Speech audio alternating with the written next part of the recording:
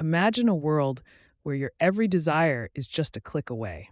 Sounds like paradise, right? But what if I told you that this very abundance is the root cause of your unhappiness? In a time when we have everything, why do we feel so empty? Today, we dive into a groundbreaking book that reveals the shocking neuroscience behind our modern misery. Dopamine Nation by Dr. Anna Lembke is not just a book about addiction, it is a diagnosis of our modern condition. Dr. Lembke, a psychiatrist at Stanford University, introduces us to the delicate balance of the brain using a simple yet powerful metaphor: a seesaw. In our brains, the area that processes pleasure is the exact same area that processes pain. When we experience pleasure, whether it's from a sugary donut, a like on Instagram, or a shopping spree, the seesaw tips to one side, releasing dopamine. But here's the catch: the brain naturally wants to stay level. To restore balance, it doesn't just return to the center, it tips equally hard to the side of pain. This is the come down, the hangover, the feeling of wanting more. We are living in what Dr. Lemke calls the age of indulgence. We are bombarded by high dopamine stimuli that are potent, plentiful, and easily accessible. We have turned our world into a candy store, but our brains are not evolved to handle it. By constantly pressing the pleasure side of the seesaw, we force our brains to adapt by adding more weight to the pain side. The result? A chronic dopamine deficit state. We become unable to enjoy simple pleasures and feel a constant, low-level hum of anxiety and dysphoria.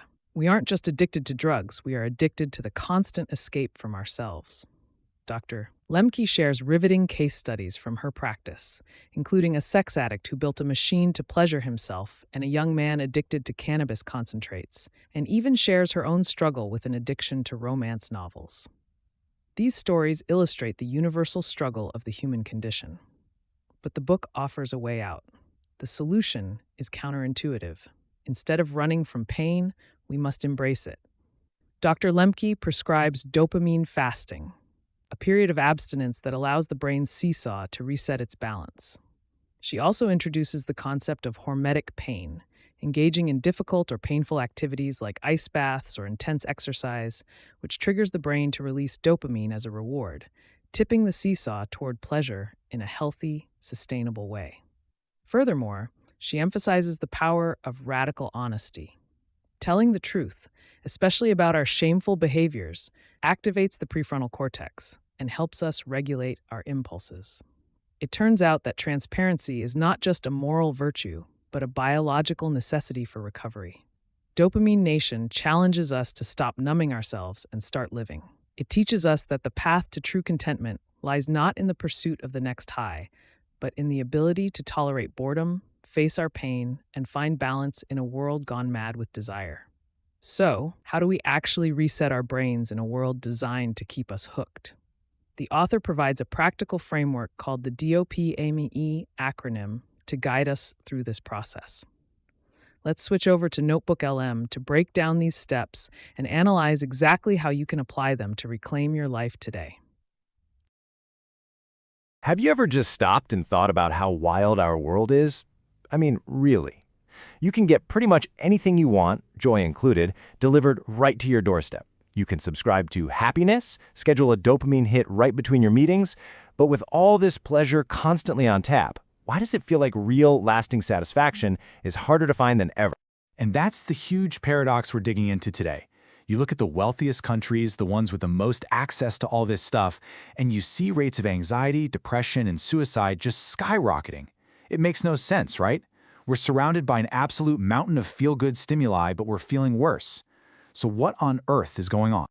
To figure this out, we're going to turn to the amazing work of Dr. Anna Lembke. She wrote the bestseller Dopamine Nation, and as the head of Stanford's Addiction Medicine Clinic, she is on the absolute front lines of this whole mess. Her work gives us a stunningly clear explanation for why our constant chase for pleasure so often leads us straight to pain. So, let's start by really unpacking this idea. We're calling it the happiness paradox. It's this completely counterintuitive truth that the more pleasure we chase, the less happy we might actually end up being.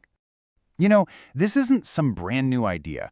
Philosophers and thinkers have been talking about this strange link between pleasure and pain for centuries. But what is new, and this is what Dr. Lembke points out, is that we finally have the neuroscience to show us exactly why it's true. So how does this all work inside our heads? Well, at the very heart of Dr. Lembke's entire explanation is this simple but honestly brilliant metaphor for how our brains are wired to deal with all this stuff. The key concept you need to know is called homeostasis. It's a fancy word, but all it means is that your brain is always working to keep things in balance, on an even keel. And here's the crazy part. Neuroscientists found that pleasure and pain get processed in the very same parts of the brain. They work like opposite sides of a scale. And that brings us to the pleasure-pain seesaw. Just picture it.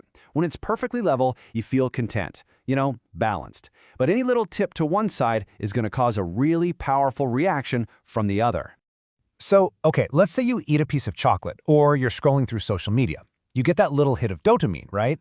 And the pleasure side of your seesaw tips right down. That's that immediate buzz of enjoyment. But your brain cannot stand that imbalance. It has to get back to level. So it deploys what Dr. Lembke hilariously calls gremlins that literally storm onto the pain side of the seesaw, and they push down hard. So hard, in fact, that the seesaw doesn't just go back to level, it temporarily tips way over to the side of pain. That's the come down. That's the craving, that feeling of, just one more. Now, this system worked perfectly fine in a world where good things were rare. But our modern world is anything but. So let's take a look at how our environment is constantly hijacking this very delicate internal balance. Dr. Lembke puts it so bluntly, it's kind of shocking. She calls this smartphone a modern hypodermic needle. It's a device that lets us inject ourselves with a steady stream of these highly potent digital rewards anytime, anywhere. And just think about all the ways we do this. We are constantly tilting that seesaw toward pleasure with all of these high dopamine hits, binge scrolling, one-click shopping, snacking, gaming, you name it. Each one gives us a little buzz, but each one also summons those gremlins to the other side. And here is the absolute crucial point. When we keep bombarding our brains like this, day in and day out, the gremlins don't leave. They basically set up camp on the pain side of the seesaw. Our whole baseline shifts, and we end up in a chronic dopamine deficit. We're not even chasing pleasure anymore. We're just desperate for relief from the constant discomfort of a seesaw that is permanently tilted toward pain. So, if chasing pleasure is the problem, what on earth is the solution? Well, this is where Dr. Lembke's work gets really radical. She says we need to start intentionally embracing pain. So let's just look at this comparison. We've seen how going after pleasure gives you a short high, but then you get that painful come down. What's so fascinating is that the complete opposite is also true.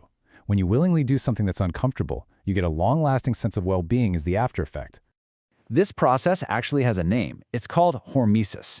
When you do something hard, like you jump into a cold shower or you do a really tough workout, you are intentionally tipping the seesaw to the pain side, and your brain, in response, floods your system with its own dopamine and other feel-good chemicals to bring things back to balance, leaving you with this elevated mood long after the discomfort is gone. Okay, the theory is pretty clear, but how do we actually start applying this to our own crazy lives? Let's get into some practical ways you can start finding that balance. So, Dr. Lembke often prescribes what she calls a dopamine fast from whatever your specific drug of choice is, your phone, shopping, you name it, and she recommends a full 4 weeks. This isn't some magic cure, but it's an experiment. It's enough time to get past that brutal initial withdrawal, which can take about 10 to 14 days, and just allow your brain's reward pathways to start resetting themselves to their natural baseline. Really, the whole goal here is just to create some friction, some space, between you and your compulsive habits. And these are super simple, but really powerful ways to start. Delete the app. Put your phone to bed in another room. Go for a walk without your headphones. Just these tiny, deliberate acts of resistance. Oh, and a huge one. Tell someone what you're doing. It provides that accountability that is just so crucial. And this quote just sums it all up, doesn't it? In our world, finding true, resilient joy isn't a passive thing. It's not going to show up in a notification. It's a discipline. It takes real effort, restraint, and a willingness to do hard things. Ultimately, the message isn't that we all have to live these miserable lives with no pleasure at all. It's about getting back in control. It's about understanding that real well-being comes not from just avoiding pain, but from finding a balance with it. So, I'll leave you with one final question to think about for yourself.